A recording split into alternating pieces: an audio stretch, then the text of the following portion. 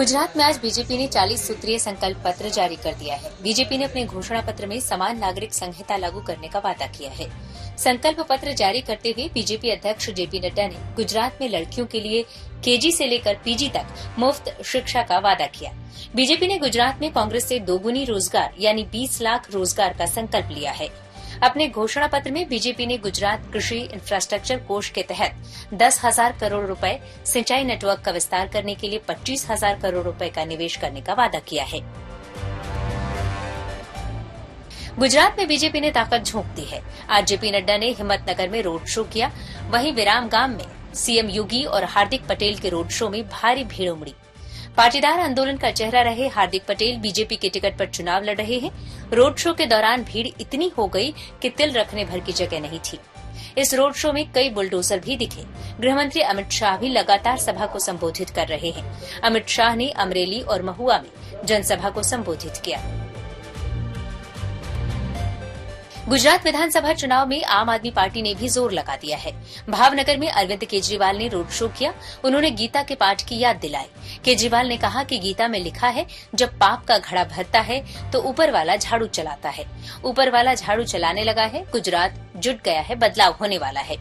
केजरीवाल ने दावा किया कि 1 मार्च के बाद बिजली का बिल देने की जरूरत नहीं है। आपका भाई बिजली का बिल देगा। दिल्ली शराब घोटाले में ईडी ने 3,000 पन्नों की चार्जशीट दाखिल कर दी है। इस चार्जशीट में दिल्ली के डिप्टी सीएम मनीष सिसोदिया का नाम नहीं है।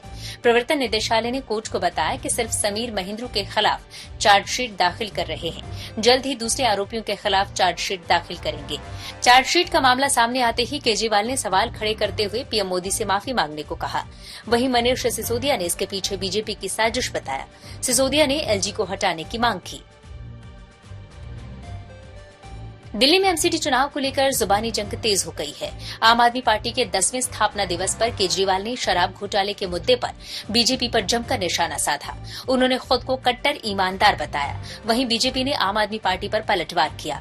केंद्रीय मंत्री अनुराग ठाकुर ने केजरीवाल पर हमला बोलते हुए कहा कि उनके भ्रष्टाचार और झूठे दावों से दिल्ली बेहाल है।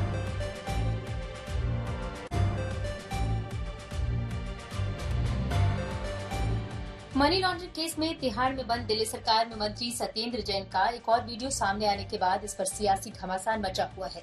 बीजेपी नेता इसे लेकर लगातार हमला बोल रहे हैं। बीजेपी के हमलों पर जवाब देते हुए दिल्ली के सीएम केजरीवाल ने कहा कि इसका जवाब उन्हें दिल्ली की जनता देगी।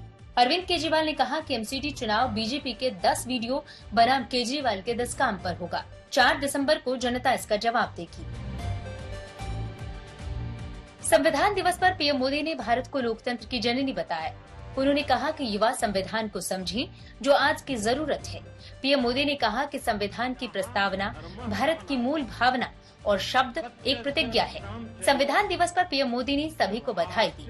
सुप्रीम कोर्ट में आयोजित इस कार्यक्रम में पीएम मोदी ने 26/11 आतंकी हमले का भी जिक्र किया और कहा कि आज ही के दिन आतंकियों ने मुंबई में किया था हमला, मानवता के पर्व को बनाया था निशाना।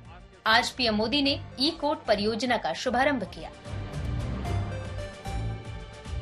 श्रद्धा मर्डर केस के आरोपी आफ्ताब को कोर्ट ने 13 दिनों की न्यायिक हिरासत में भेज दिया। कोर्ट के आदेश के बाद आफ्ताब को तिहाड़ जेल भेजा गया। शनिवार को आफ्ताब की पुलिस रिमांड खत्म हो रही थी, जिसके चलते उसे अंबेडकर अस्पताल से ही वीडियो कॉन्फ्रेंसिंग के जरिए कोर्ट में पेश किया गया। मामले की सुनवाई के बाद कोर्ट ने उसे न्यायिक हिरासत में भेज दिया।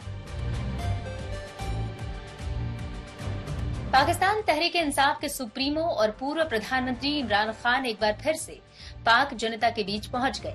वजीराबाद में गोली लगने के बाद रावलपिंडी में इमरान खान ने रैली को संबोधित किया। हालांकि पाकिस्तान के एक हाईकोर्ट के जज ने इमरान पर फिर से जानलेवा हमले की आशंका जताई है। इमरान खान डॉक्टरों की टीम के साथ रावलपिंडी पहुंचे। पाकिस्तान तहरीक इंसाफ ने दावा किया है कि प्रदर्शन शांतिपूर्ण रहेगा। कतर में खेले जा रहे फुटबॉल वर्ल्ड कप में ऑस्ट्रेलिया ने ट्यूनीशिया को 1 गोल से हरा दिया है, जबकि इंग्लैंड और अमेरिका के बीच खेला गया मुकाबला 0-0 की बराबरी पर खत्म हुआ। ग्रुप ए के मुकाबले में नीदरलैंड्स और इक्वाडोर में स्कोर 1-1 से बराबर रहा। रात 12:30 बजे अर्जेंटीना और मैक्सिको के बीच अहम मैच खेला जाएगा।